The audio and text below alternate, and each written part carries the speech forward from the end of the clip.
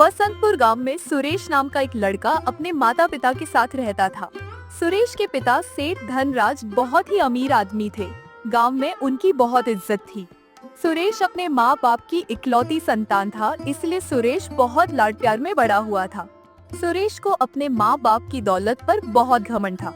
एक दिन सुरेश गहरी सोच में अपने घर जा रहा था, तभी उसकी टक्कर एक बूढ़े आदमी से हो जाती है। तो वो बूढ़े आदमी से कहता है, ए बुढ़े, तुझे दिखाई नहीं देता या अंधा हो गया है? माफ करना सुरेश बाबू, मैंने आपको देखा नहीं। अरे बुढ़े, तेरा ध्यान कहाँ था? तेरी उम्र का लिहाज कर रहा हूँ। अगर तेरी जगह कोई और होता तो मार मार कर उसका बेहाल कर देता। जा, चला जा मेरी नजरों के सामने से। तेरी इसी में भलाई है बुढ़े। सुरेश बूढ़े आदमी से बहुत ही बदतमीजी से बात करता है। ये सारी बातें गांव की एक लड़की अर्चना खड़ी हुई सुन रही थी। उसे सुरेश पर बहुत गुस्सा आता है। वो सुरेश से कहती है, ये क्या बदतमीजी है? तुम्हें बड़े से बात करने की तमीज नहीं है। अगर वो कह रहे हैं उन्होंने तुम्हें नहीं देखा, गलती से धक्का लग गया होगा, तो तुम इतनी सी बात को इतनी बड़ी क्यों बना रहे हो? और वैसे भी वो बुजुर्ग हैं, शायद उन्हें दिखाई नहीं दिया होगा। लेकिन तुम तो जवान हो, तुम तो देख सकते थे। ए बेवकूफ लड़की, कौन है तू? क्या तू नहीं जानती कौन हूँ मैं? चुपचाप यहाँ से चली जा, इसी में तेरी भलाई है। चल निकल यहाँ से। तुम्हारे जैसा जाहिल इंसान मैंने कभी नहीं देखा। तुम एक नंबर के बदतमीज हो। क्या तुम्हारे माँ बाप ने तुम्हें किसी से बात करने की तमीज नहीं सिखाई? तुम्हें एक लड़की की इज्जत करनी नहीं आती, बूढ़ों को भी इज्जत नहीं देते। तू 2 टके की लड़की और मुझे तमीज सिखा रही है। रुक, मैं तुझे अभी बताता हूँ। अर्चना बेटी, तुम यहाँ से जाओ। सुरेश बाबू की कोई गलती नहीं है, सब मेरी ही गलती है। तुम जाओ बेटी। ऐसे कैसे चली जाऊं? आप देख नहीं रहे हो ये कैसी बातें कर रहा है? इसे तो सबक सिखाना ही पड़ेगा। तू क्या मुझे सबक सिखाएगी? मैं ही तुझे सबक सिखाता हूँ। अभी तेरी अक्ल ठिकाने लगाता हूँ। सुरेश गुस्से में आता है और अर्चना को थप्पड़ मारने ही वाला होता है। तभी अर्चना की चचेरी बहन आ जाती है। वो सुरेश से कहती है, सुरेश भैया, उसे माफ कर दो। ये तुम्हारे बारे में नहीं जानती, ये कल ही शहर से आई है। ले जाओ इसे यहाँ से, इससे पहले कि मुझे और गुस्सा आए। अर्चना की चचेरी बहन जबरदस्ती अर्चना को वहाँ से ले जाती है। घर आकर अर्चना उससे कहती है, राधिका, आखिर तू मुझे वहां से क्यों ले आई?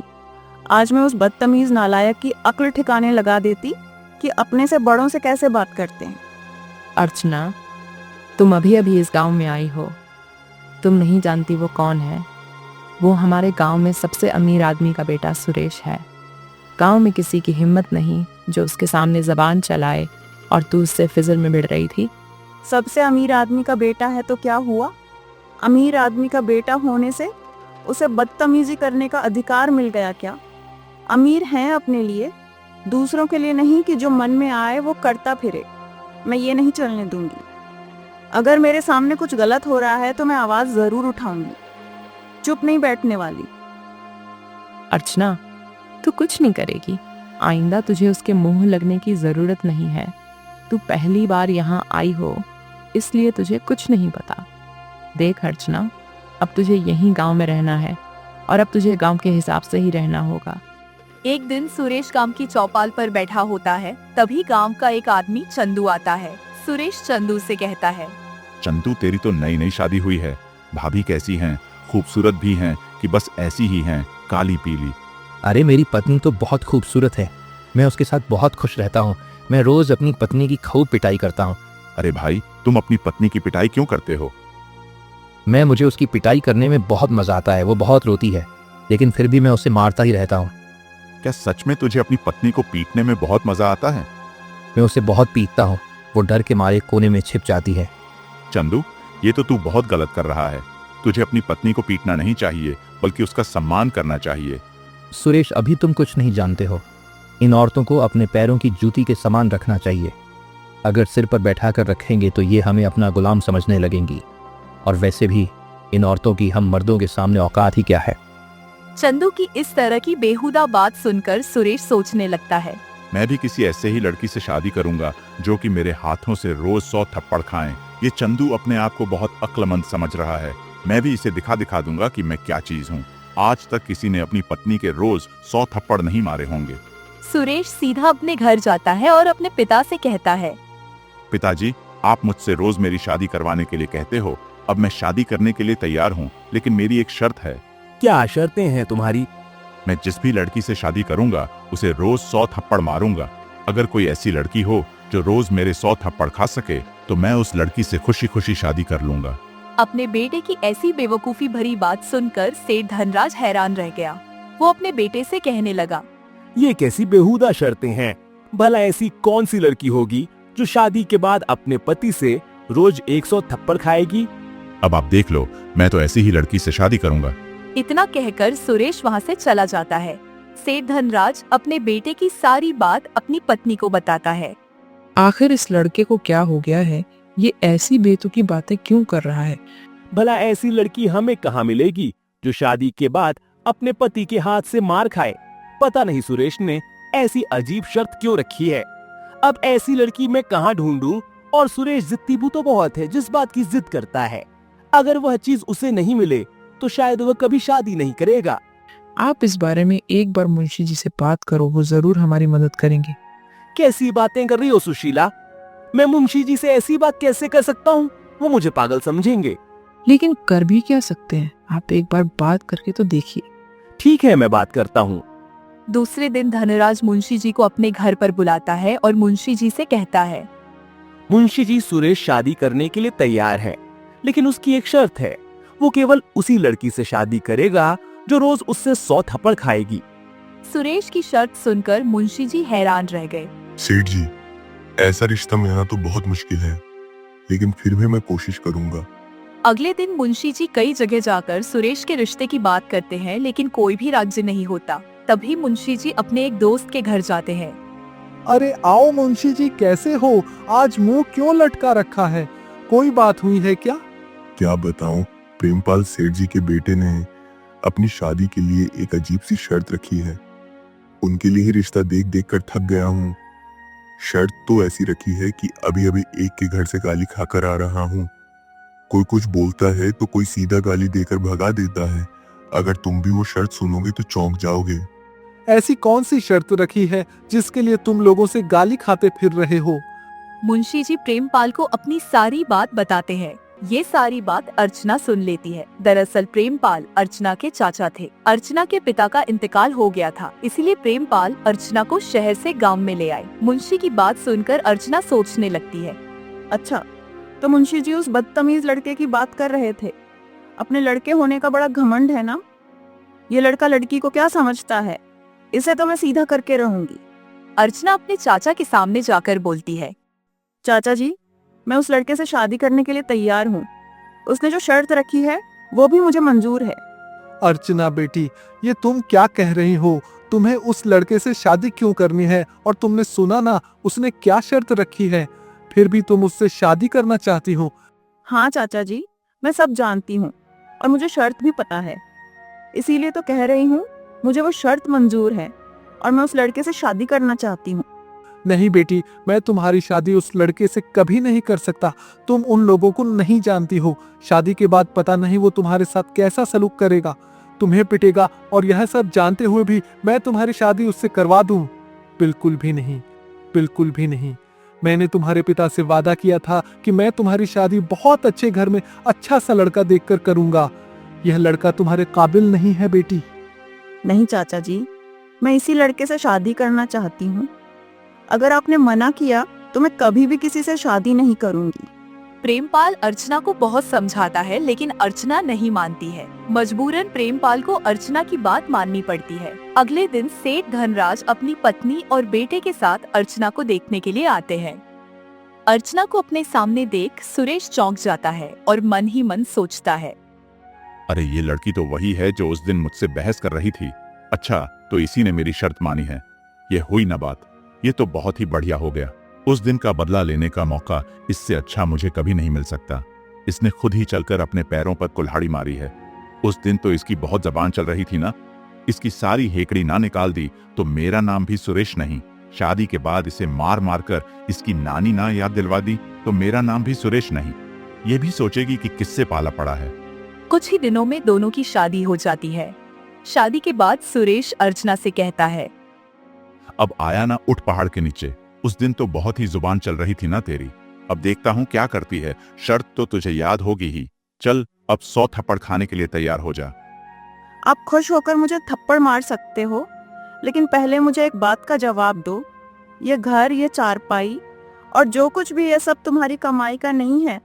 अब मैं इस घर में रहूंगी, खाऊंगी, पीऊंगी, उसमें भी तुम्हारी कोई कमाई नहीं है। सारा कुछ तो तुम्हारे पिताजी ने कमाया है। फिर तुम किस अधिकार से मुझे मारोगे? तुम जैसा कहोगे मैं वैसा करने के लिए तैयार हूँ, तुम्हारी गुलाम बनने के लिए तैयार हूँ, लेकिन उसके लिए तुम्हें मुझे अपनी कमाई से अपने घर में रखना होगा, अपनी कमाई का भोजन खिलाना होगा, तब जाकर तुम मुझे मार सकते हो। ये सारी बातें सुनकर सुरेश सोच में पड़ जाता है और वो अपनी पत्नी से कहने लगता है, ये बात तो सच है। मेरी कमाई का इस घर में कुछ भी नहीं है। मैंने आज तक 1 रुपया भी नहीं कमाया हूँ। सब कुछ मेरे पिताजी का ही है, मेरा तो कुछ भी नहीं है। वही तो मैं कह रही हूँ, पहले कुछ रुपए पैसे कमाओ और अपने पैसों से मेरा गुजारा करो, अपने पिताजी के पैसों से नहीं। अगर तुम अपने पैसों से मेरा गुजारा करोगे तो मेरा सर और तुम्हारी जूती मुझे मंजूर है। तुम क्या समझती हो मैं धन नहीं कमा सकता? मैं तुम्हें पिताजी से भी ज्यादा धन कमा कर दिखाऊंगा। फिर मैं देखता हूँ, तब तक मैं तुम्हें हाथ नहीं लगाऊंगा। और हाँ, जब मैं अपने पैसे कमा कर लाऊंगा तो आज से लेकर तब तक सारे दिन गिन कर रखूंगा और रोज के 100 थप्पड़ के हिसाब से मैं तुम्हें एक ही दिन में उतने थप्पड़ मारूंगा। मुझे मंजूर है। अगर तुमने पैसे कमा लिए और अपने पैसों से मेरा गुजारा करने लगे तो मेरा सर और तुम्हारी जूती मुझे मंजूर है। फिर ठीक है, मैं कल ही पैसे कमाने के लिए निकल जाऊंगा। सुरेश को अपने आप पर बहुत घमंड होता है कि वो धन तो चुटकियों में कमा लेगा। दूसरे दिन वो अपने पिताजी से कहता है, पिताजी, मैं बाहर पैसे कमाने के लिए जा रहा हूँ। कब लौटूंगा बता नहीं सकता, लेकिन जब तक मैं पैसे नहीं कमा लेता मैं वापस नहीं आऊंगा। बेटा, तुम्हें पैसे कमाने की क्या जरूरत है? हमारे पास सब कुछ तो है। तुम्हें काम करने की कोई जरूरत नहीं है। पिताजी, ये सब आपने कमाया है, मैंने नहीं। वो 2 टके की लड़की मुझे कहती है कि मेरा इस घर में कुछ नहीं है, सब कुछ आपकी कमाई का है। और शायद वो सच भी कह रही है। उसे लगता है मैं पैसे नहीं कमा सकता, लेकिन पिताजी मैं सब कुछ कर सकता हूँ। मैं भी पैसे कमा सकता हूँ। मैं धन कमाने के लिए दूसरी जगह जा रहा हूँ और जब तक कुछ कर नहीं लेता मैं वापस नहीं आऊंगा। सुरेश की बात सुनकर धनराज सोचने लगता है, मुझे लगता है बहू ने इसके मन में जो बात डाली है वो शायद सही है। मैंने आज तक इसे कई बार समझाने की कोशिश की कि मेरे कारोबार में मेरा हाथ बटाए, लेकिन इसने कभी मेरी बात नहीं मानी। आज बहू के कहने पर गुस्से से ही सही ये कुछ करना चाहता है। मुझे लगता है मुझे इसे जाने देना चाहिए। ठीक है बेटा, जैसी तुम्हारी मर्जी, तुम जा सकते हो, मैं तुम्हें नहीं रोकूंगा। जितना जल्दी हो सके उतना जल्दी लौट आना और अपना ख्याल रखना। अगर किसी बात की सच में कोई जरूरत पड़े तो वापस आ जाना। ठीक है पिताजी, मैं चलता हूँ। अपने पिता से विदा लेकर सुरेश शहर की ओर निकल पड़ता है। शहर पहुंचते ही उसे एक आंख से अंधा आदमी मिलता है जो उससे कहता है, अरे बेटा, तुम्हारे पिताजी नहीं आए? वो आज आने वाले थे। आप कौन हैं और मुझे कैसे जानते हैं? मैंने आपको पहचाना नहीं। क्या आप मेरे पिताजी को जानते हो? हाँ बेटा, तुम्हारे पिताजी को कौन नहीं जानता। वो तो अक्सर यहाँ आया करते हैं। इतने बड़े व्यापारी हैं, उन्हें यहाँ सब जानते हैं। यहाँ तक कि यहाँ बहुत सारे लोगों ने उनसे कर्ज ले रखा है और मैंने भी उनसे कर्ज लिया था। अब मैं उनका कर्ज वापस चुकाना चाहता हूँ। अच्छा, तो आप पिताजी का कर्ज चुकाना चाहते हो? अपने पिताजी से जितना भी धन दिया था वो मुझे दे दीजिए, मैं पिताजी को दे दूंगा। मैंने कर्ज के बदले तुम्हारे पिताजी के पास अपनी एक आंख गिरवी भी रखी थी, तो तुम मुझे मेरी आंख दे दो तो मैं तुम्हें पैसे दे दूंगा। ये तुम क्या कह रहे हो? तुमने अपनी एक आंख पिताजी के पास गिरवी रखी थी। आंख भी कोई गिरवी रखने की चीज है भला? मेरे पास गिरवी रखने के लिए और कुछ नहीं था, इसलिए मैंने आंख गिरवी रख दी। अब तुम्हें मेरी आंख वापस करनी होगी। अंधे व्यक्ति की बात सुनकर सुरेश को धक्का सा लगता है। वो सोचने लगता है, क्या सच में इसने पिताजी के पास अपनी एक आंख गिरवी रखी है? मुझे तो यकीन नहीं हो रहा। पिताजी ने तो मुझे इसके बारे में कभी कुछ नहीं बताया। शायद हो भी सकता है। मुझे तो व्यापार के बारे में कुछ पता भी तो नहीं है। पिताजी क्या करते हैं क्या नहीं, सिर्फ वही जानते हैं। इतना सोचकर सुरेश अंधे आदमी से कहता है, देखिए, मेरे पास आपकी आंख नहीं है। मेरे पिताजी ने मुझे इस बारे में कुछ नहीं बताया है। ऐसा कैसे हो सकता है? मुझे मेरी आंख वापस चाहिए, वह भी अभी, नहीं तो मैं तुम्हें जाने नहीं दूंगा। जब मैं तुम्हें तुम्हारे पैसे लौटाने के लिए तैयार हूं, तो तुम भी मुझे मेरी आंख वापस कर दो। तुम्हारे पिताजी ने वादा किया था कि वो आएंगे और मेरी आंख मुझे वापस कर देंगे। हे भगवान, ये क्या मुसीबत है? ये तो मुझे जाने ही नहीं दे रहा है। मैं इससे कैसे अपना पीछा छुड़ाऊं?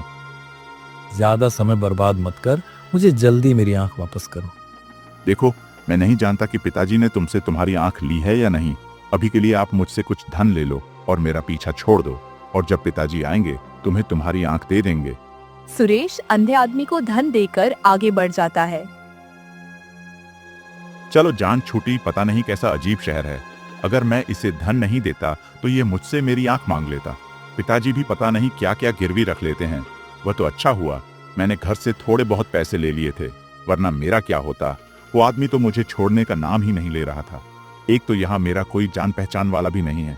मुझे यहाँ बहुत संभल कर रहना पड़ेगा। सुरेश कुछ ही दूर चलता है, तभी उसे एक लंगड़ा आदमी मिलता है।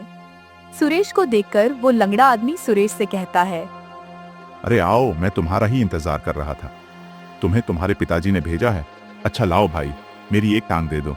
मैंने तुम्हारे पिताजी से कर्ज लिया था, बदले में एक टांग दी थी। वह टांग मुझे वापस करो और मैं तुम्हें तुम्हारा धन लौटा दूंगा। लंगड़े आदमी की बात सुनकर सुरेश डर जाता है और घबराते हुए लंगड़े आदमी से कहता है, तुम ये क्या कह रहे हो? मेरे पिताजी ने तुम्हें भी कर्ज दे रखा है, और वो भी एक टांग के बदले।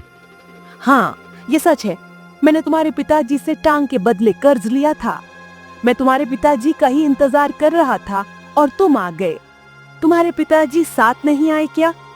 नहीं, पिताजी तो साथ नहीं आए, और उन्होंने मुझे तुम्हारे बारे में कुछ नहीं बताया। तुम्हारे पिताजी ने आज आने का वादा किया था। इतने दिन से मैं एक पैर के सहारे ही जीवन बिता रहा हूँ। अब मैं और एक पैर के सहारे नहीं रह सकता। मुझे मेरी टांग आज ही चाहिए। तुम कुछ भी करो, मुझे एक टांग दो। देखो, मेरे पास अभी तुम्हारी टांग तो नहीं है। तुम एक काम करो, ये कुछ धन रख लो, और जब पिताजी आएंगे तब तुम्हारी टांग तुम्हें वापस कर देंगे। अब मुझे जाने दो। फिर सुरेश वहाँ से चला जाता है और सोचने लगता है, ये शहर तो बहुत अजीब है। यहाँ कैसे कैसे लोग रहते हैं, और यहाँ के लोग सिर्फ पैसों के लिए अपनी आंख टांग गिरवी रख देते हैं। कितनी अजीब बात है। मुझे तो अभी भी यकीन नहीं हो रहा है, लेकिन ये लोग मुझे जानते हैं, पिताजी को भी जानते हैं, तो ये सच ही होगा। शायद ऐसा ही होता होगा। मैंने तो कभी बाहर की दुनिया देखी ही नहीं है। शायद पिताजी ऐसे ही व्यापार करते होंगे। चलो, अब मुझे यहाँ कोई काम देखना पड़ेगा। इतना सोचकर सुरेश थोड़ा आगे बढ़ता है। फिर उसे एक पति पत्नी मिलते हैं। वो सुरेश से कहते हैं, अरे तुम कैसे हो? तुम्हारे पिताजी कैसे हैं? जी, आप कौन? आप भी पिताजी को जानते हैं? तुम्हारे पिताजी अक्सर यहाँ आया करते हैं, और जब भी यहाँ आते हैं हमारे घर जरूर आते हैं।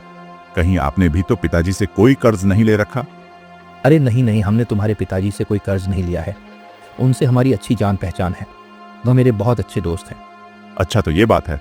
बहुत दूर से आए हो, थक गए होंगे। मेरी पत्नी ने अभी अभी खाना बनाया है। अब तुम आ ही गए हो तो खाना खाकर ही जाओ। अच्छा ठीक है, चलिए। वैसे भी मुझे बहुत ही जोर से भूख लगी है। सुरेश उस आदमी के घर खाना खाने के लिए चला जाता है। खाना खाने के बाद वो दोनों पति पत्नी सुरेश को चांदी के गिलास में पानी देते हैं। चांदी के गिलास को देखकर सुरेश सोचने लगता है, लगता है ये लोग काफी पैसे वाले हैं जो मुझे चांदी के गिलास में पानी पिला रहे हैं। आखिर दोस्त भी तो पिताजी के हैं, आमिर तो होंगे ही, लेकिन ये लोग मुझे पानी देकर कहाँ चले गए? कहीं दिखाई नहीं दे रहे हैं। सुरेश बाहर जाकर देखता है तो उसे वो दोनों पति पत्नी कहीं नहीं दिखाई देते। सुरेश को बाहर जाता देख दोनों पति पत्नी चुपके से उस चांदी के गिलास को चुराकर सुरेश की झोली में डाल देते हैं। फिर सुरेश वापस आता है तो वो पति पत्नी वही होते हैं। मैं तो आपको बाहर तलाश कर रहा था और आप लोग यहीं पर हैं। तुमने खाना खा लिया? जी, मैंने कहाँ खा लिया। हमारा चांदी का गिलास कहाँ है? कहीं दिखाई नहीं दे रहा है। अभी तो यहीं था, एकदम कहाँ चला गया? कहीं तुमने तो हमारा चांदी का गिलास नहीं चुरा लिया? ये आप क्या कह रहे हैं? मैं भला आपका गिलास कैसे चुरा सकता हूँ? झूठ बोलते हो। गिलास तुमने ही चुराया है, और गिलास चुराकर तुम यहाँ से भाग रहे थे। वो तो अच्छा हुआ हमने तुम्हें देख लिया। चुपचाप हमारा गिलास वापस करो, नहीं तो हम सिपाहियों को बुला लेंगे। अगर हमने सिपाहियों को बुला लिया तो तुम्हें 3 महीने की जेल हो जाएगी। भलाई इसी में है कि हमारा गिलास वापस कर दो। क्यों आप बेवजह मेरे ऊपर गिलास चुराने का इल्जाम लगा रहे हो? मैंने कोई गिलास नहीं चुराया है। अगर तुमने ग्लास नहीं चुराया है तो मुझे अपना झोला दिखाओ। हाँ बिल्कुल, खुशी से मेरे झोले की तलाशी ले लीजिए, मुझे कोई एतराज नहीं है। दोनों पति पत्नी सुरेश का सामान निकालकर देखते हैं तो सामान में गिलास निकल जाता है। अपने झोले में गिलास को देखकर सुरेश हैरान रह जाता है। मैं नहीं जानता ये गिलास मेरे झोले में कहाँ से आया है। झूठे कहीं के ग्लास चुराकर सीधा बन रहा है। हम अभी सिपाहियों को बुलाते हैं, जब तुम्हें महाराज सज्जा देंगे तभी तुम्हारी अक्ल ठिकाना आएगी। नहीं नहीं, आप ऐसा मत कीजिए। आप मुझसे कुछ धन ले लीजिए, लेकिन सिपाहियों को मत बुलाइए। सुरेश बचा कूचा सारा धन दोनों पति पत्नी को दे देता है, फिर उनके घर से चला जाता है। अब उसके पास कुछ भी नहीं बचता है। कुछ दूर चलने के बाद सुरेश एक पेड़ के नीचे बैठ जाता है और सोचने लगता है। अब मैं क्या करूं? मैं तो पूरा लूट चुका हूं। मेरे पास तो अब 1 रुपया भी नहीं बचा। ये कैसा शहर है, सब मिलकर मुझे लूट ही रहे हैं। अब तो मेरे पास कुछ भी नहीं बचा। अब मैं कैसे रहूंगा और कहाँ रहूंगा, क्या खाऊंगा? और अगर ऐसे ही घर वापस चला गया तो अर्चना मेरा मजाक उड़ाएगी और मेरा उसे 100 थप्पड़ मारने का सपना सपना ही रह जाएगा। इसलिए मैं वापस नहीं जाऊंगा। जब तक मैं पैसे नहीं कमा लेता मैं वापस नहीं जा सकता। सुरेश न जाने क्या क्या सोच रहा था। तभी वहाँ एक आदमी आता है और वो सुरेश से कहता है, तुम कौन हो और यहाँ क्यों बैठे हो और बहुत परेशान भी लग रहे हो, क्या बात है? मैं बहुत दूर से आया हूँ, मैं यहाँ का नहीं हूँ। मुझे काम की बहुत जरूरत है, मेरे पास धन भी नहीं है। अगर आपकी पहचान में कोई काम हो तो मुझे बताइए, मैं कुछ भी करने के लिए तैयार हूँ। बस मुझे काम की जरूरत है। अच्छा तो यह बात है, मैं मजदूरी का काम करता हूँ, तुम भी मेरे साथ वही काम कर सकते हो और तुम्हारे रहने का इंतजाम भी मैं कर दूंगा। सुरेश उस आदमी की बात सुनकर बहुत खुश हुआ। फिर आदमी सुरेश को अपने घर ले गया और सुरेश से कहता है, शक्ल और कपड़ों से तो बहुत अच्छे घर का लग रहा है, बता कहाँ का रहने वाला है, तेरे पिताजी कौन है? ये तुम क्या कह रहे हो? ऐसी बातें क्यों कर रहे हो? जितना पूछा है उतना जवाब दे, ज्यादा बोलने की जरूरत नहीं है। मैं यहाँ का बहुत बड़ा गुंडा हूँ और तू अब मेरे जाल में फंस चुका है। अब तेरे बदले में तेरे पिताजी से बहुत सारी रकम वसूल करूंगा। बता कौन है तेरे पिताजी और कहाँ रहते हैं? अनजान आदमी की बात सुनकर सुरेश बहुत ज्यादा डर जाता है और सोचने लगता है, हे भगवान, ये क्या मुसीबत है। अगर मैंने इसे अपने पिताजी के बारे में बता दिया तो यह किसी को मेरे घर भेज देगा, और अगर घर पर यह सारी बातें पता चली तो मेरी बहुत बेइज्जती होगी और उस अर्चना को भी बोलने का मौका मिल जाएगा। सारे लोग मुझे बेवकूफ समझेंगे, इसलिए मैं इस ठग को कुछ नहीं बताऊंगा। ज्यादा सोच मत, मेरे पास इतना समय नहीं है। मेरा कोई नहीं है, मैं अनाथ हूँ। मैं तो काम की तलाश में यहाँ वहाँ भटक रहा था और तुम ही तो मुझे काम देने के बहाने यहाँ लाए हो। सच में मैं बहुत गरीब हूँ। तुम मेरे कपड़ों पर मत जाओ। ये कपड़े तो मुझे किसी बहुत बड़े आदमी ने दे दिए थे तो मैंने पहन लिए। अच्छा तो तू भिखारी है, कोई बात नहीं, फिर भी मैं तुझे नहीं छोड़ूंगा। एक काम कर, आज से तू मेरे घर का सारा काम कर लिया कर। आज से तू मेरा नौकर है, समझा? और हाँ, यहाँ से भागने की कोशिश मत करना। तू जानता नहीं है मैं कौन हूँ। अगर तूने भागने की कोशिश की तो मैं तुझे जान से मार दूंगा। वैसे भी तुझे पूछने वाला कौन है, तू तो अनाथ है। देखो, तुम मुझे कुछ मत करना, मैं तुम्हारे सारे काम कर दूंगा। आप जैसा बोलेंगे मैं वैसा ही करूंगा। आपका नौकर बनकर रहूंगा। ये हुई ना बात। चल तो अब काम पर लग जा। सारा घर बहुत गंदा पड़ा है, आज तू पूरे घर की सफाई कर दे। ठग सुरेश से अपने घर के काम करवाता देख बहुत खुश होता है। इसी तरह 3 महीने बीत जाते हैं। उधर अर्चना और सुरेश के माता पिता सुरेश की वजह से बहुत परेशान हो रहे थे। एक दिन अर्चना अपने ससुर से कहती है, पिताजी उनको गए हुए 3 महीने से ज्यादा हो गए हैं और अब तक नहीं लौटे। मुझे लगता है शायद किसी बहुत बड़ी मुसीबत में फंस गए हैं। मुझे वहां जाकर देखना चाहिए, मुझे उन्हें ढूंढना चाहिए। पिताजी अगर आप इजाजत दें तो मैं उन्हें ढूंढने के लिए चली जाऊं। हाँ बेटी, तुम सही कह रही हो। चिंता तो मुझे भी बहुत हो रही है, लेकिन बेटी तुम अकेली उसे कहाँ ढूंढोगी? तुम घर पर ही रहो, मैं एक काम करता हूँ, मैं ही जाता हूँ। नहीं पिताजी, आप अपनी उम्र तो देखिए, आप उन्हें कहाँ ढूंढेंगे, कहाँ दर दर की ठोकर खाएंगे। वो मेरी वजह से इस घर से गए हैं तो उन्हें ढूंढने का फर्ज भी मेरा है। आप मुझे बस आशीर्वाद दीजिए कि मैं उन्हें ढूंढकर वापस ला सकूं। ठीक है बेटी, अगर तू जाना चाहती है तो जा, लेकिन अपना ख्याल रखना बेटी, और जल्द से जल्द लौट आना। लो, ये थोड़ा सा धन अपने पास रख लो ताकि तुम्हें सफर में कोई परेशानी का सामना ना करना पड़े। अर्चना अपने पति को ढूंढने के लिए निकल पड़ती है और वो उसी शहर में जाती है जहाँ सुरेश था। शहर में पहुंचकर उसे सबसे पहले वही अंधा आदमी मिलता है। वो अर्चना से कहता है, अरे बेटी, तुम आ गई। मैं कब से तुम्हारा ही इंतजार कर रहा था। और तुम्हारे पिताजी कहाँ हैं? वो तुम्हारे साथ नहीं आए क्या? आप कौन हैं? मैंने आपको पहचाना नहीं। तुम्हारे पिताजी अक्सर यहाँ आते थे। मैंने उनसे कुछ पैसे उधार भी लिए थे, वो मैं लौट आना चाहता हूँ। अब तुम आई हो तो तुम ही अपने पिताजी का कर्ज ले लो। अंधे आदमी की बात सुनकर अर्चना सोचने लगती है।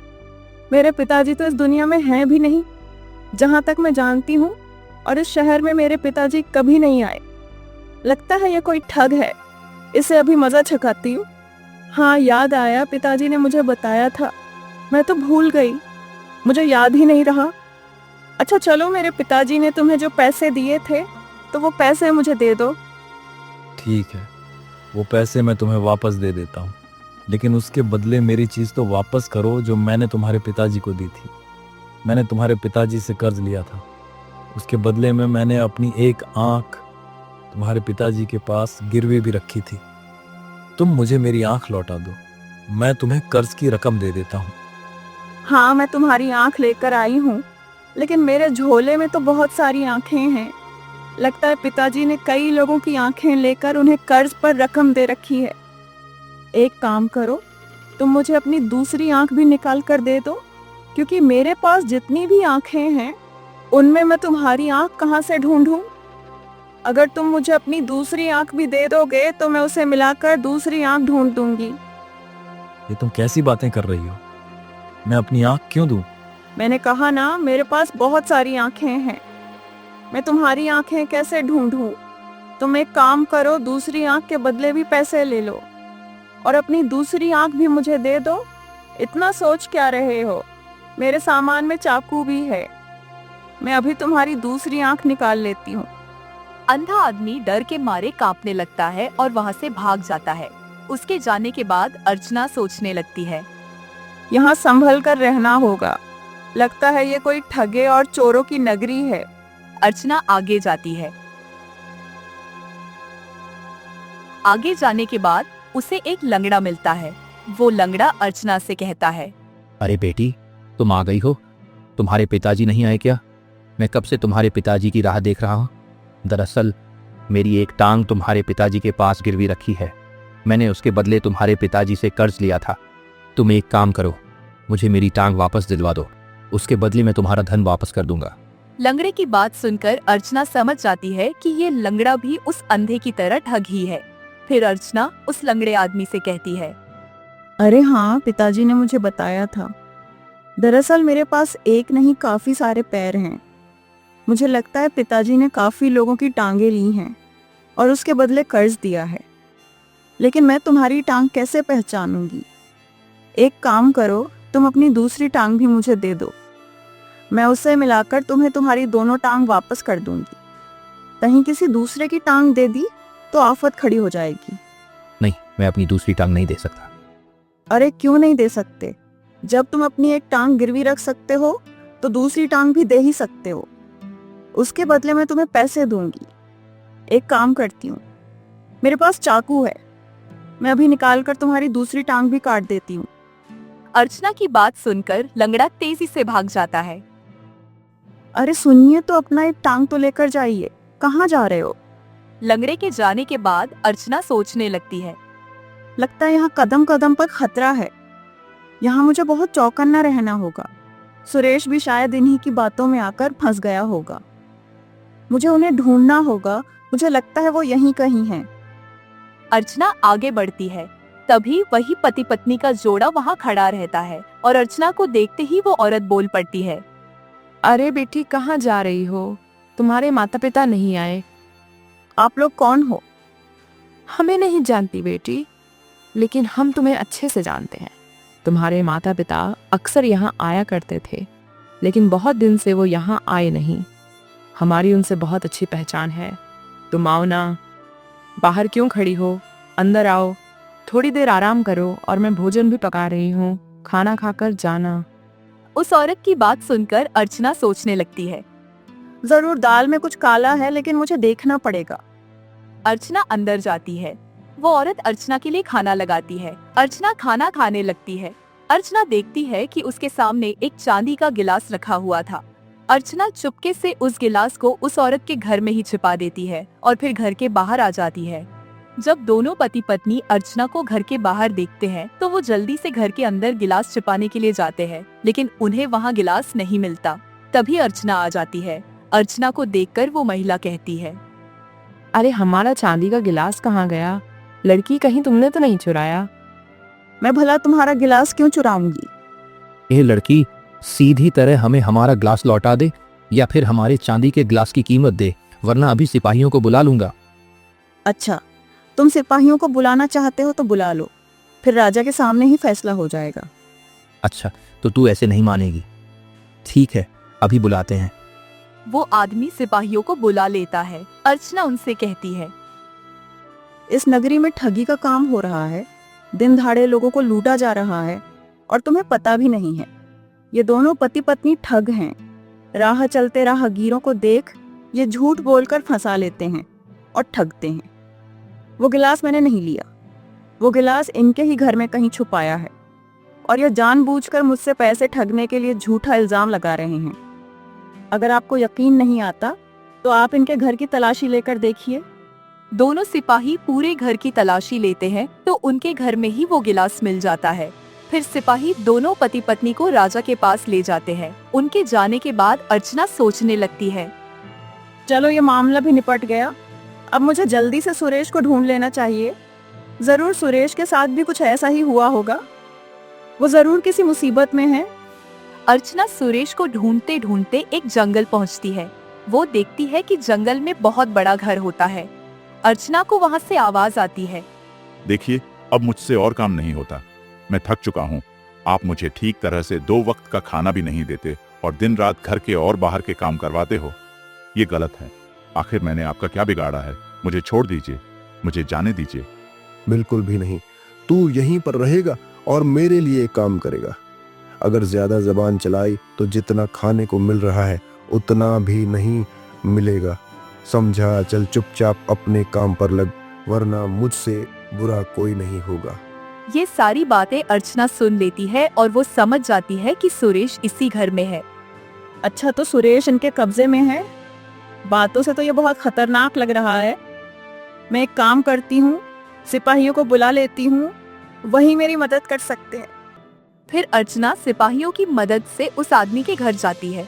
अर्चना को देखकर सुरेश की आंखों में आंसू आ जाते हैं। वो बहुत खुश हो जाता है और बोल पड़ता है, अर्चना, तुम यहाँ, मैं तुम्हें बता नहीं सकता।